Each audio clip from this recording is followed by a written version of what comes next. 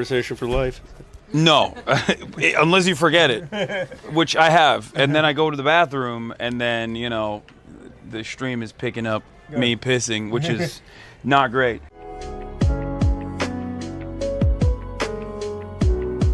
So we've been told that lower level club. All right. So what's happening at this level? Lots of different press opportunities happening up here. There's different studio spaces, interviews. Okay. Damn, these levels are way doper, bro. They got closed boxes. Yeah. Yeah. Is that fine? What's going on? Oh wow, you guys have a. Oh, nice to meet you. Do we go in there? Hi there. What's happening over here? You guys have your own. Damn. I mean, we have our own record. Are you guys recording on your own as well or something? Yeah, you're welcome to use your own. Oh, hello. I'm confused. How does this work? This is crazy. So we can just roll in here, or you can do the lock. All right, let's do it. All right. Let's Wait, how much do I? So first of all, sorry for being late. No, not at We all. had a. Oh yeah, here. Do you mind if you could just put this on Okay. your chest? It's a magnet on the other side. It's not gonna like record my conversation for life. No, unless you forget it, which I have. And then I go to the bathroom, and then, you know, the stream is picking up me pissing, which is not great. Rokon, everybody, we got 50,000 people watching. You always have a lot of Excited. people. Well, you know, not always, but sometimes. So thank you for doing this. How long do we have? We got time. Right. Okay. Because it's funny, because my manager, who is not like invested in politics at all, doesn't really know anything, was kind of like, I guess, telling everybody that that asked like to do interviews, you'd be like, oh yeah, they're going to talk about fiscal policy, they're going to talk about foreign policy, because he doesn't really know anything about politics. But you know, is there anything that you specifically want to talk about today in terms of, you know, reaching out to the youth, talking to a younger audience? This is everyone's first DNC. This is my first DNC. My first time in Chicago. It's great. It's. I don't really like deep dish pizza. I went to tried school it. in Chicago. I tried it. Where did you go? I went to Rutgers. No, I mean into deep. Oh, for deep Giovanni's. dish. Where did we go last night? You gotta give it one more try. We. What is it? Louisville? yeah. No, it was not. I think thin crust is better. Deep dish when I come to Chicago, but you know, even if we disagree over pizza, that we can agree on policy. Potentially. So actually, speaking of policy, are you? This is something I've been meaning to ask, but there's a meme called the Rokana cycle. Are you familiar with this meme? I'm familiar with it. Okay, what do think you? Politicians don't know their own memes? Do you see the memes that people post about you online? I've seen the Rokana cycle meme. Okay, so what do you think about that? I think it's fine. I think, look, people in politics. I'm not. I have ideas that are new and complex. I support innovation. I support entrepreneurship. I support technology. I support wealth generation. But I believe that wealth should be taxed, and that we should have progressive policies of Medicare for all and free college. And so some people are like, well, how can he support policies of innovation and entrepreneurship but also be a progressive? And it's because I have this vision that you have to have both wealth generation and progressive policy. I am someone who believes deeply in human rights and believe deeply in standing up for human rights because of my grandfather, who spent 4 years in jail and part of Gandhi's independence movement. And yet I have a very hopeful and aspirational vision for America, that we can get there, and a pragmatic vision of how we get there. And so some people say, okay, are these contradictory? But I think people who are at the edge of interesting contradictions are helping shape new ideas. It doesn't mean they're always right, but I embrace that. Okay, let me ask you something about the wealth tax. I agree with you, and I do think that there's nothing inherently wrong with wealth generation. I guess like there's something a little bit wrong with the way that people generate wealth in terms of the extraction of surplus labor value, but we don't even need to get into that. What I want to ask specifically is the idea that people claim that a wealth tax is completely impossible. What do you say to those people?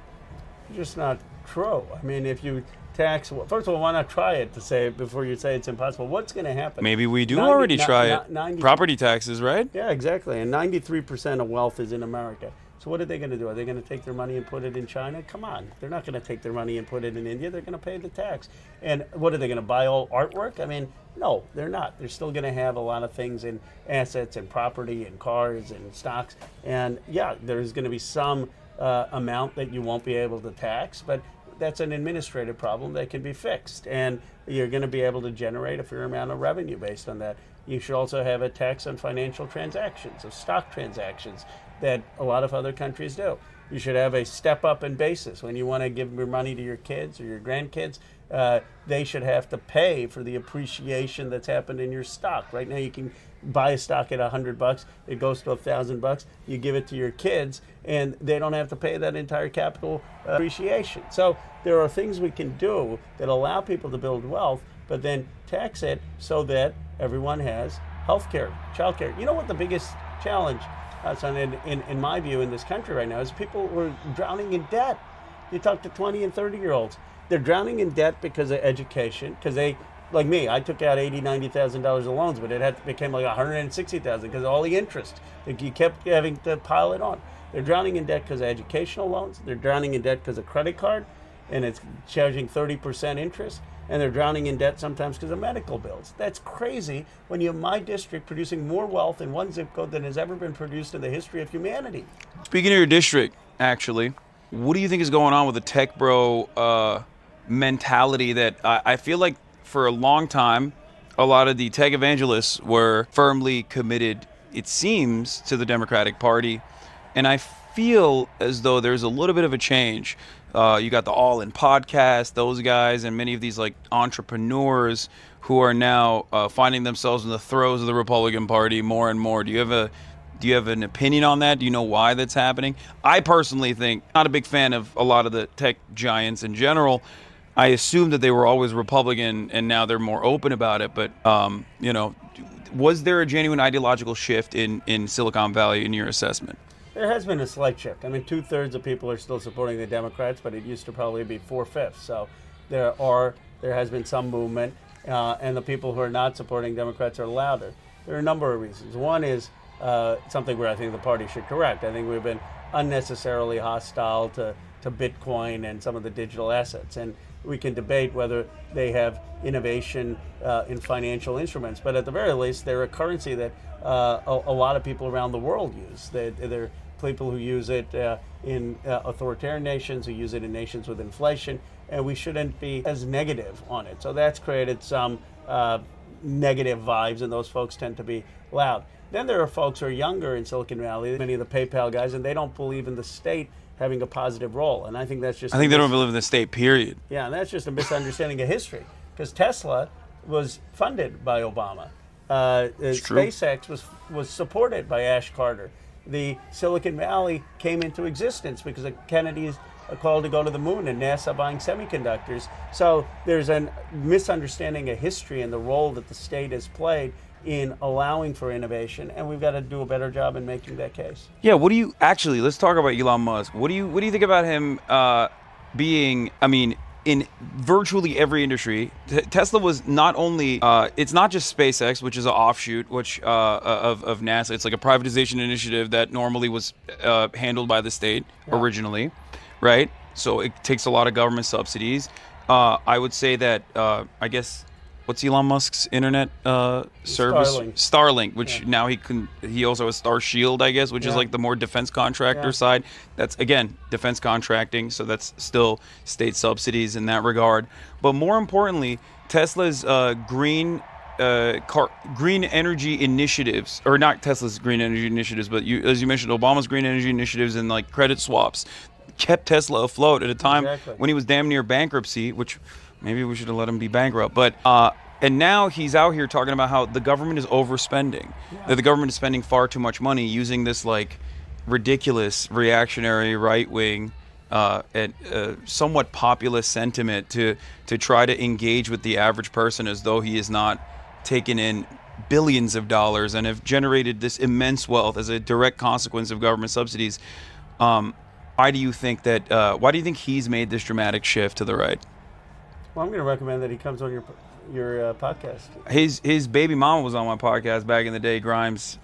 we keep in touch sometimes, but But I don't think I he's think I don't you- think he's too fond of me. Well, I think you guys. I think if he believes in speech, you should have a conversation. I don't think he believes his speech. You know, but I think that would be fascinating. It would get a lot of attention. But look, I think that I made this case directly to him. I know him. I've gone on his spaces or Twitter spaces, and I've said that the role of the state is critical to the economic engines in your companies, but also in Silicon Valley in general. And look, is there waste and duplication in government? Of course there is. And you can talk about having more efficiency in government while recognizing the role of government. But we've got to persuade people like Elon. He had voted for Obama twice, and I think that we can still make the case to people about why the Democratic Party in government is better for innovation, for job creation, and maybe some of them are going to be lost, but I'm hopeful that others will see the light. Do you feel like it's too much short-term thinking, like immediate profits, trying to max out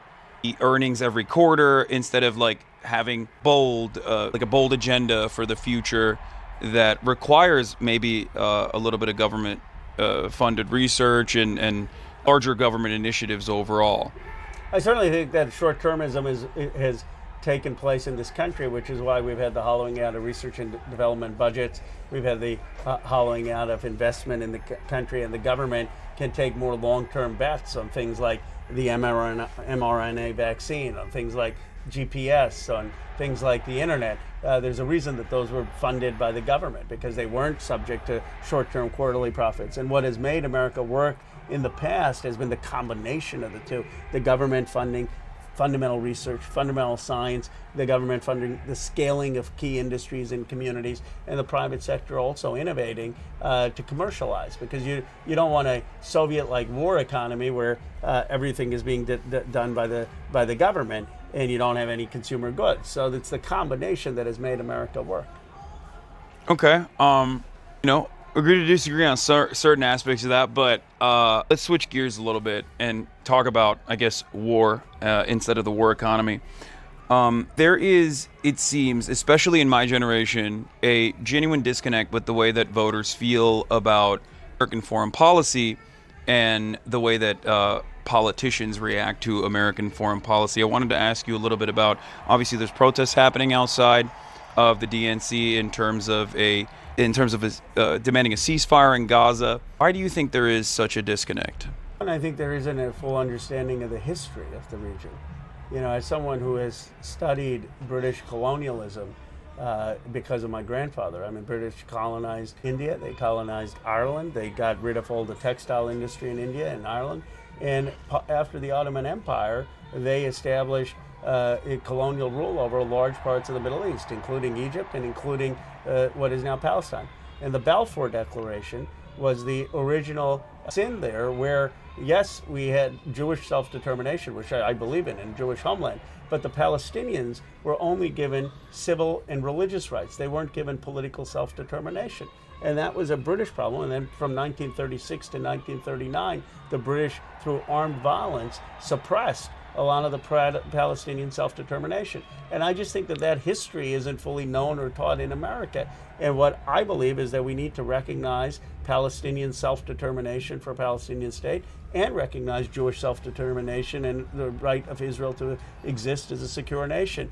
And if you come with that framework, which I believe is rooted in justice, then you say, okay, we look at this conflict, and Netanyahu, we can't just continue to have a blank check to Netanyahu when he is not coming to the table on peace. We need to put pressure on Hamas, and we are putting pressure and should put pressure and condemn their atrocity on October 7th. But we also need to put pressure on Netanyahu. And instead, what is happening is usually our administration goes there, and then we basically provide cover for Netanyahu adding terms, and we say that he's accepted it and Hamas doesn't, and people keep dying. So that you actually brought up a really interesting point, because this has just happened. There was Axios reporting that just came out that Anthony Blinken, in the latest round of talks, again did the same exact thing that you just mentioned, which is to claim that Hamas actually is sullying the terms and conditions of the deal, a ceasefire proposal that America had proposed that said it was Israel's own proposal,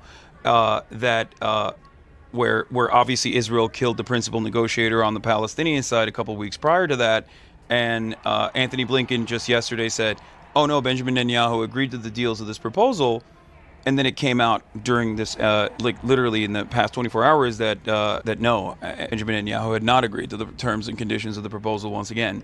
I personally fear, I do not want another Trump presidency, and I personally fear that, electorally speaking, obviously I think it's unconscionable. I consider what Israel is doing to be a genocide. I'm very open about that. I consider Israel, alongside all of these human rights groups from Amnesty International, Human Rights Watch, and Israeli human rights groups like B'Tselem, to be an apartheid state even when it's not conducting offensive operations in Gaza. Having said that, however, beyond all of that, I think that there's the morality of the situation, which I think is unconscionable, but then there's also the electoral consequences of leaving someone like Benjamin Netanyahu, who is right-wing, who is very right-wing, who is aligned with Donald Trump. There's other reporting coming out now that he might even have private conversations, private correspondences about the ceasefire negotiation with Donald Trump directly. Leaving that out on the table without while we have an election coming up is, I think, leaving too many cards on the table for a foreign actor to potentially end up changing the trajectory of the American election in a pretty significant way.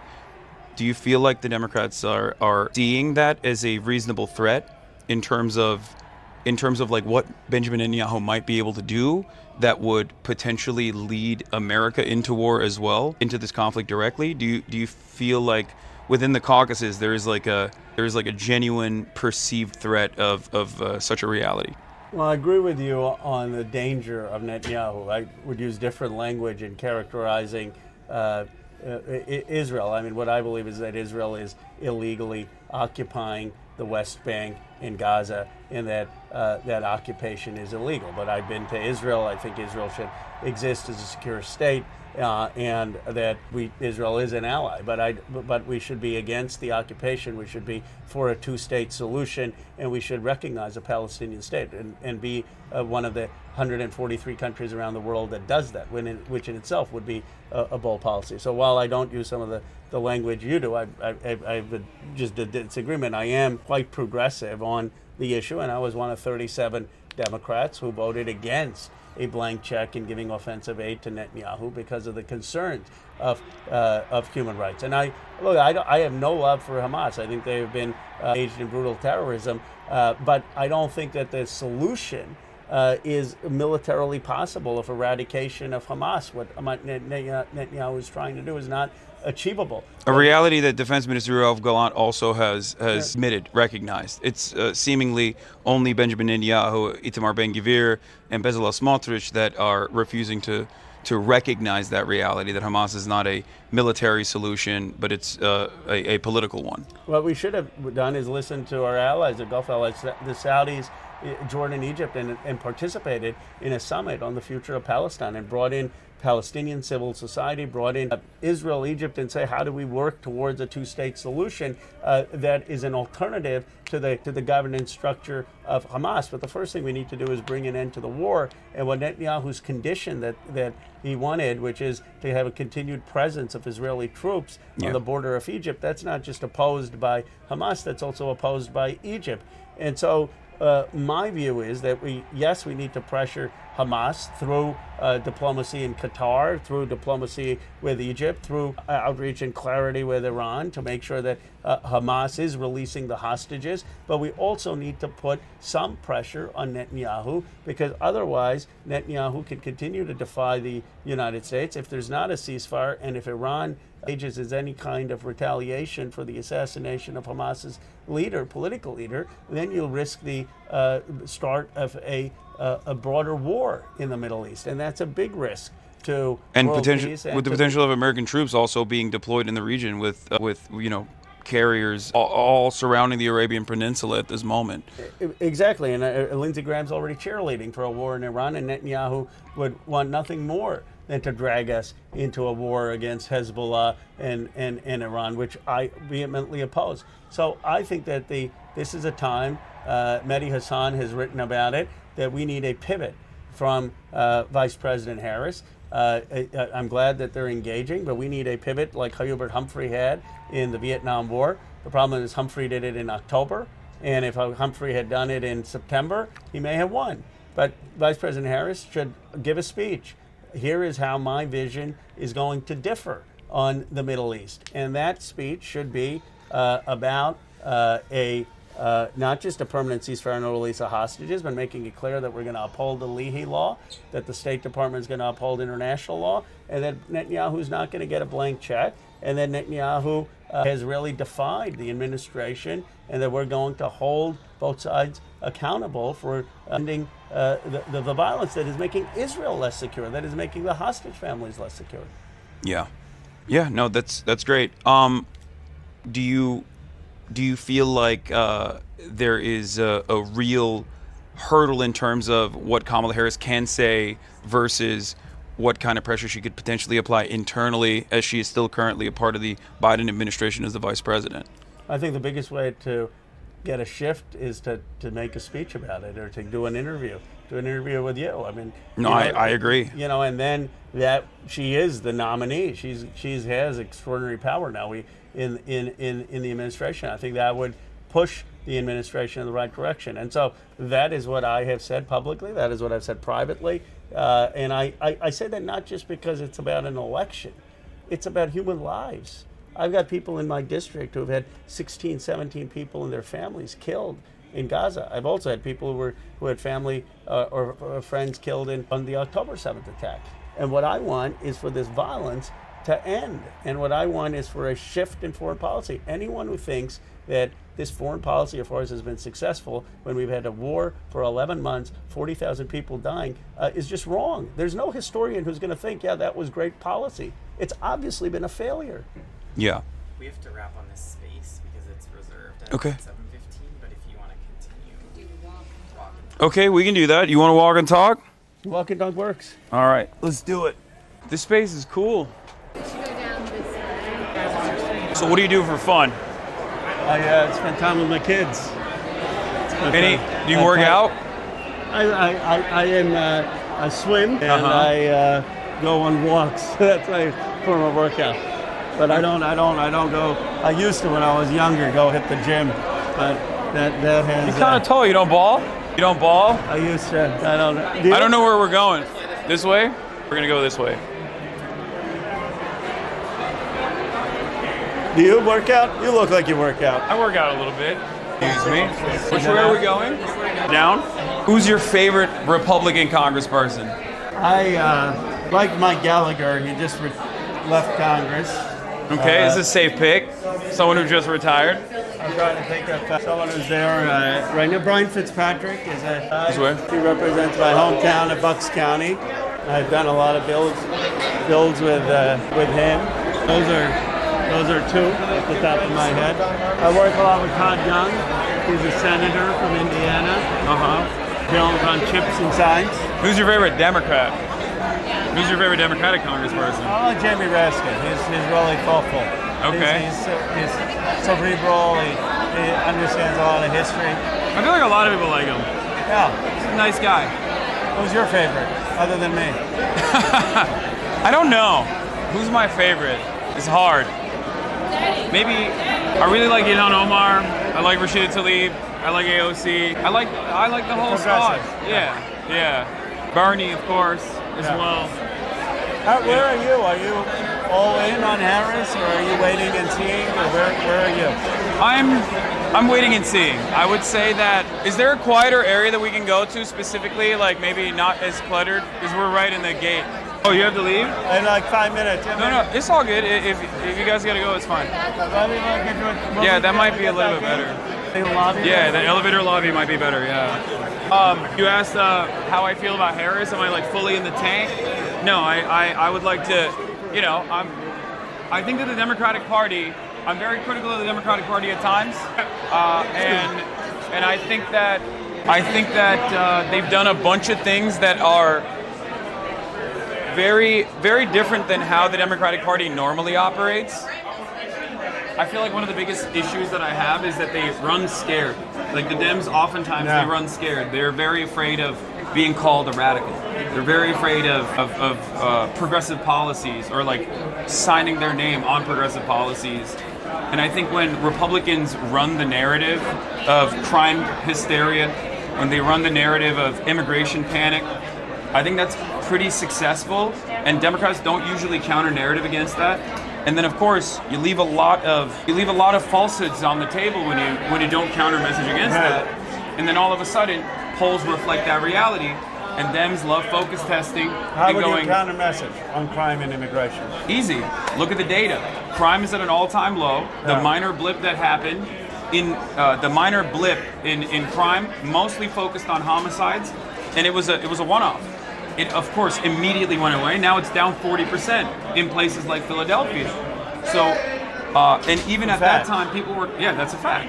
Use facts to address the made-up hysteria from Republicans. These are falsehoods. They're running on complete falsehoods. They're running on emotional anecdotes. And obviously, when you see a lot of homelessness, you think, oh, that's crime. That's a criminal. Like immediately, that's how people personalize the crime that they're experiencing.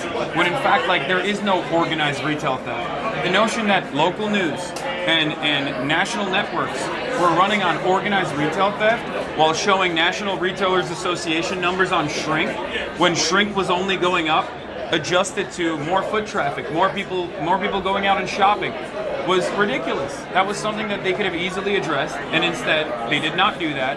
And I would say we, during the red wave that didn't really happen, but it turned into a red puddle. Like I think, like in places like New York, Democrats leaning on that crime narrative and that crime hysteria actually led to worse results for the Democratic Party in comparison to other places. Yeah. Okay.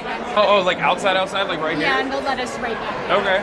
Yeah. And I think that at the time I was, my uncle, I know, you know him. Yeah. So he got swept away by the crime narratives. Like he became pretty, in my opinion, reactionary. We debate all the time about this stuff, especially on Thanksgiving. I call it Thanksgiving. He comes over, we debate on issues that we disagree on. And at the time I kept trying to be like, no, look at the data, like you're wrong. There is no like organized retail theft happening. There's no like progressive DAs that are, letting criminals off the hook or anything like that.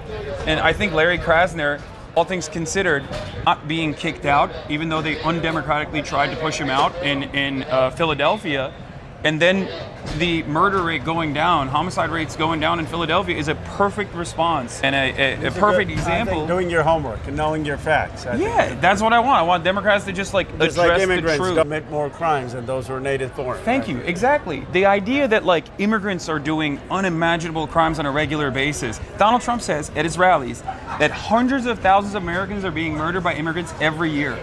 That is an abject lie.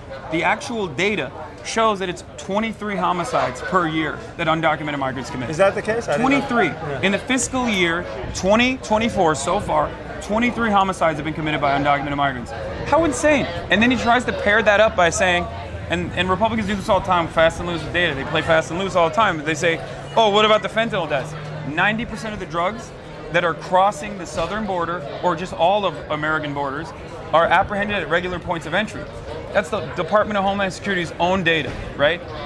That's border apprehensions, right? They're not actually coming in the pockets of like otherwise law-abiding abuelas. What about the other from 10% though? Yeah, okay, that's a great concept, but like that's not how you write policy, right? Yeah. It's like saying, okay, 23 too many murders, right? Like you could say that, but ultimately there's 10,000 plus homicides happening in this country.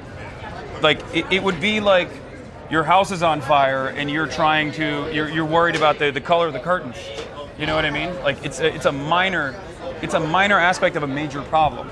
So it's just pure Republican hysteria, hyper focusing on migrants, and then lying about this situation by hyper focusing on these anecdotes that are not, What's your resembling hope that the reality. progressives are going to emerge as a big force in the next 10 years in American politics? I don't know if the progressives will emerge as a big force in the next 10 years in American politics. I have no idea. You got to keep growing. You'll get a big platform. I think overall, I try to do what I can. I care a lot about labor unions. I care about building different forms of organizing to ensure that even if the Democratic Party is not always going to have your best interest in mind, you can at least force them. You can create like additional pressure valves to ensure that they do things, because ultimately this is a democracy and people do have to, like, our elected representatives have to respond to the pressure. But we have progressives who are pushing for policies on a living wage, Medicare for all, free college, getting people out of debt, the medical debt, the student debt, the credit card debt, and most importantly on a just foreign policy, which I think we will move towards. I mean, more and more, 37 of us voted against the offensive weapons to Netanyahu. There's a greater understanding that we've got to have a move towards peace and not overseas wars, and that Iraq was a colossal mistake, and that we don't want to get into a war with Iran. I know, but I think ultimately American foreign policy is too deeply tied to the defense contractors. So in that regard, it's very difficult. I feel like there's always bipartisanship. There's always bipartisan consensus on American foreign policy. I don't know. I just don't think that Americans also, by and large, care about foreign policy all too much. Even with respect to Israel and Palestine, it's at the forefront of a lot of people's minds. But ultimately, they won't make.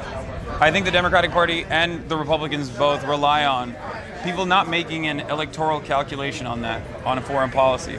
But as you mentioned with LBJ, foreign policy is not usually top of mind until it becomes the only thing that people care about. And I think leaving so much of this conversation in the hands of Netanyahu with the bear hug strategy is a genuinely, like, I can't comprehend it. Like, I think it's a genuinely scary prospect. Yeah.